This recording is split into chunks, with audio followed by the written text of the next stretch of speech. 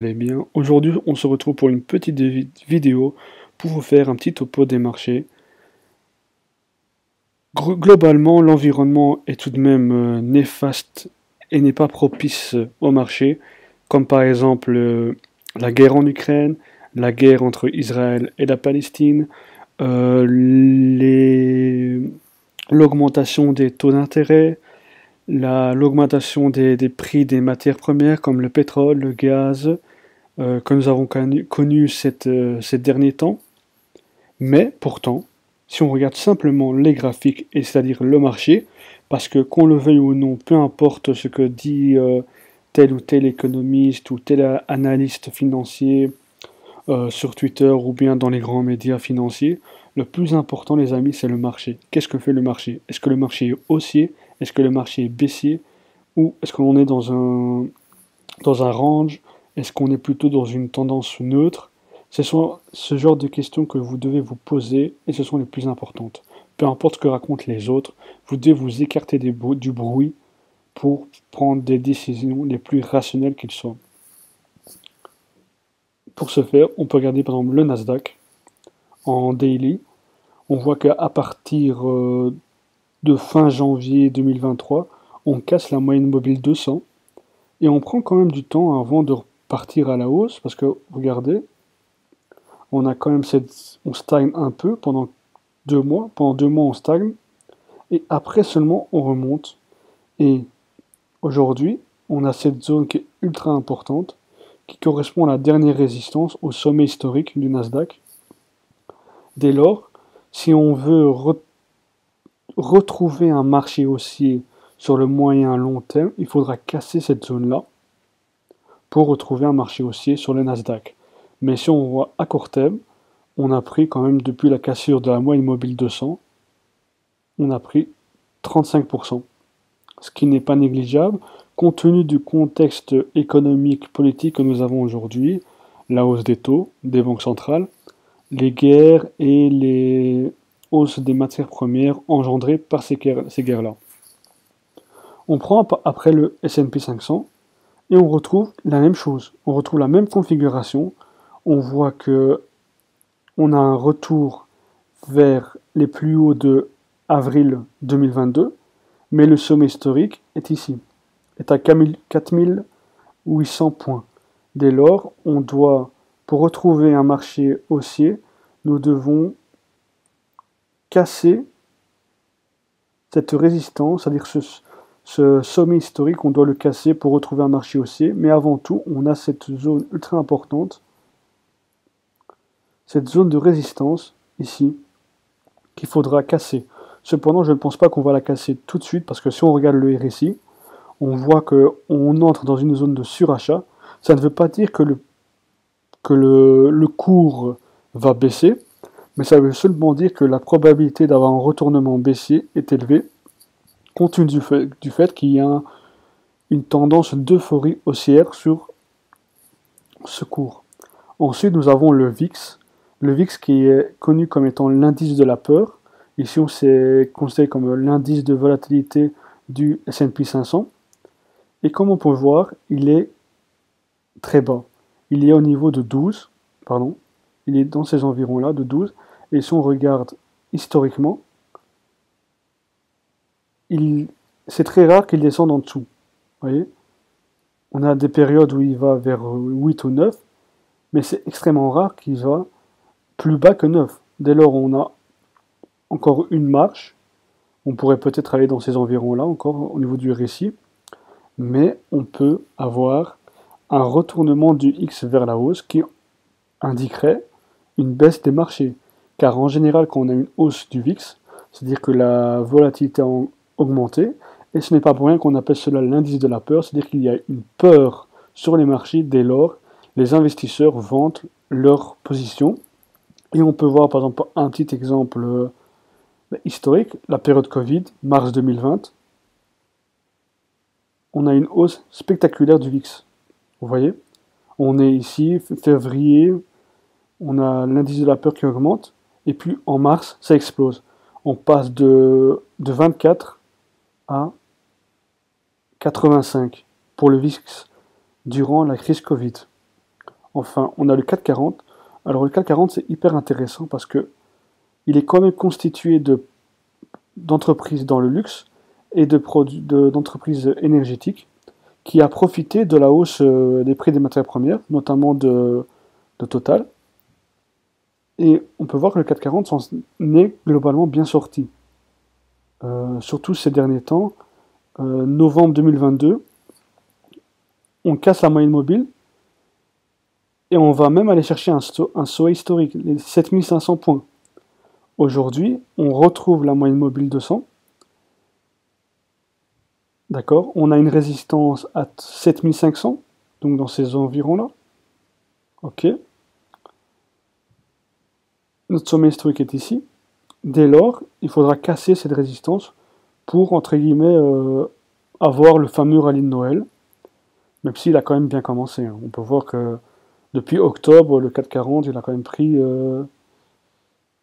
il a pris 8%, sachant que les gens qui achètent, ça fait 564 points, et que les gens qui tradent les futurs travaillent au point.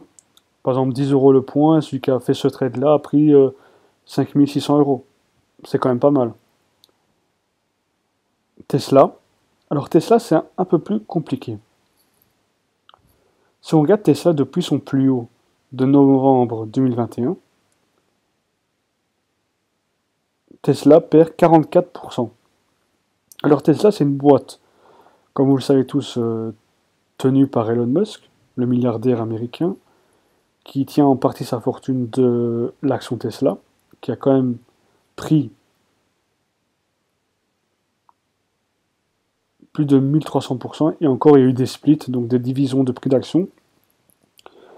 Si on prend Tesla, il y a aujourd'hui des rumeurs d'un deal, enfin pas d'un deal, d'une acceptation d'une baisse des taxes d'importation sur les voitures électriques en Inde, qui est un marché énorme, et donc ça pourrait profiter à Tesla. Le marché, si on regarde le RSI, est au-dessus de 50%, mais comme on peut voir, c'est que globalement, depuis 2022, Tesla ne fait rien.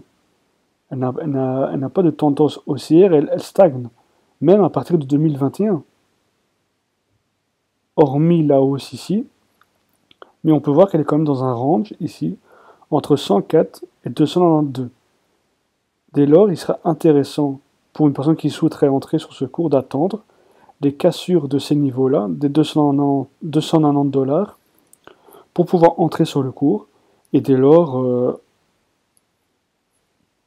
entrer et prendre des positions sur Tesla, mais il faut être patient, il faut attendre, parce qu'on ne sait pas ce que peut faire le marché à l'avenir, et il est très important de prendre patience, de faire sa stratégie et de suivre son plan de trading. Si on prend Apple maintenant, Apple, globalement on retrouve un peu les mêmes configurations un peu partout. On voit que Apple a quand même cassé sa résistance ici. A quand même cassé ici. Elle est haussière, il n'y a pas de doute là-dessus. Voilà, le RSI c'est parfait, au-dessus de 50%, au-dessus de la moyenne mobile. On a cassé le sommet historique. On a eu un nouveau sommet. Maintenant on passe. Donc l'idéal pour Apple serait de casser les 197 dollars et de continuer sur sa lancée. Ça dépendra notamment des résultats financiers de l'entreprise. Donc les résultats, ce sera vers le 25 janvier 2024. Mais aussi, important à noter, de suivre Taïwan. De suivre ce qui se passe à Taïwan. Est-ce que la Chine va envahir Taïwan ou pas? On n'en sait rien. Par contre, si Taïwan est envahi, ça aura un impact monstrueux sur les boîtes du secteur technologique, notamment pour les semi-conducteurs. À ne pas oublier. On prend le pétrole maintenant. Alors le pétrole, c'est assez intéressant. Parce qu'on a eu la crise énergétique, comme vous savez, où le pétrole a fortement augmenté. On est passé de 38 dollars à 120 dollars, ce qui n'est pas rien. Or, depuis son plus haut, on a perdu carrément 41%. Effet intéressant, c'est que depuis la guerre euh, Hamas, Israël, etc., depuis l'attaque du Hamas en Israël, on a une baisse du pétrole de 16%. Alors qu'on parlait quand même d'un pétrole à 200, 300 dollars.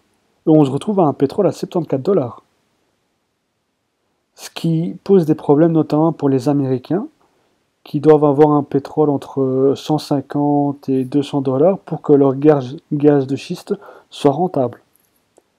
Donc le pétrole est quelque chose à suivre pour les mois à venir, car on pourrait avoir énormément de mouvements sur le pétrole. Le gaz, quant à lui, relativement bas, hein. On est là à 2 dollars, alors que durant la crise, on était à 9. Donc le gaz a quand même baissé. Palantir, comme dit dans la vidéo précédente, que je suppose vous avez vu, je parlais de cette zone de 20%, des 20 dollars, pardon, qui a été cassée, mais ça stagne un peu, il faut encore attendre un peu pour... voilà. Mais on a la création d'un canal aussi, alors ça c'est très intéressant. Si vous voulez, je ferai une vidéo une fois sur les canals haussier, baissier, pour vous expliquer ce que c'est. Mais c'est très intéressant de voir qu'on a un canal haussier qui commence à se créer sur l'actif Palantir, et que la moitié du canal est une forme de résistance pour le cours pour le moment. On peut voir qu'on a buté ici, ici et ici 3 fois qu'on bute sur les 50% du canal. Dès lors, c'est très intéressant d'utiliser cette analyse technique-là. Mais comme voilà, on est toujours haussier sur le titre. RSI très positif. Au-dessus de ta moyenne 200, on voit que la tendance est quand même haussière. Donc je ne m'inquiète pas beaucoup pour ça. Les résultats ont été positifs. Euh, le PDG de Palantir a quand même annoncé que les entreprises étaient éligibles à faire son entrée dans le S&P 500. Donc c'est quelque chose à suivre dans les annonces, à suivre l'éventuelle entrée de Palantir dans le S&P 500, ce qui engendrait historiquement les entreprises qui rentrent dans le S&P 500 ont une hausse après l'annonce, donc c'est quelque chose à suivre. Une chose qui s'est passée cette semaine aussi, ces 2 dernières semaines, c'est la dévaluation de la monnaie japonaise par rapport au dollar. On a une baisse du yen japonais. Donc il faut beaucoup plus de yens japonais pour avoir 1 dollar. Ce qui veut dire que la monnaie japonaise s'est affaiblie par rapport au dollar. Alors quelles sont les conséquences de cela?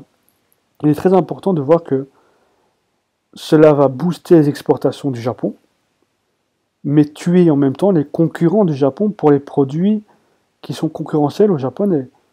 Notamment, je parle évidemment de l'Allemagne. L'Allemagne qui produit la même chose que le Japon, voitures, chimie, industrie, etc. Dès lors, pourquoi acheter allemand alors qu'on peut acheter japonais pour beaucoup moins cher et avoir la même qualité, voire une meilleure qualité? Et on peut voir, par exemple, suivant cette analyse-là, que les entreprises allemandes de voitures très connues, BMW, elles baissent. Elle est en tendance baissière. Voilà, on est en dessous de sa moyenne 200. Porsche, ultra baissier. Je suis désolé, mais Porsche, moi, j'achète pas.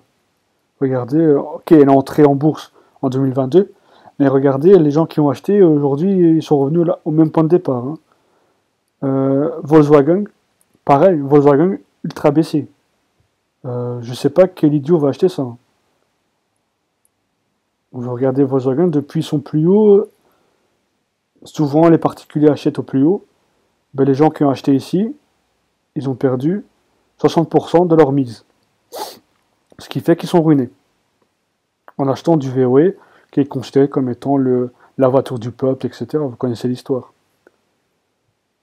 Voilà les amis, ça sera tout. J'espère que cette vidéo vous aura plu. Alors le plus important, n'oubliez pas que seul le marché a raison. On ne peut pas prédire l'avenir, donc faites votre propre analyse, respectez votre plan et votre stratégie et tout se passera bien. N'hésitez pas à vous abonner à l'Instagram et à YouTube. Bonne journée.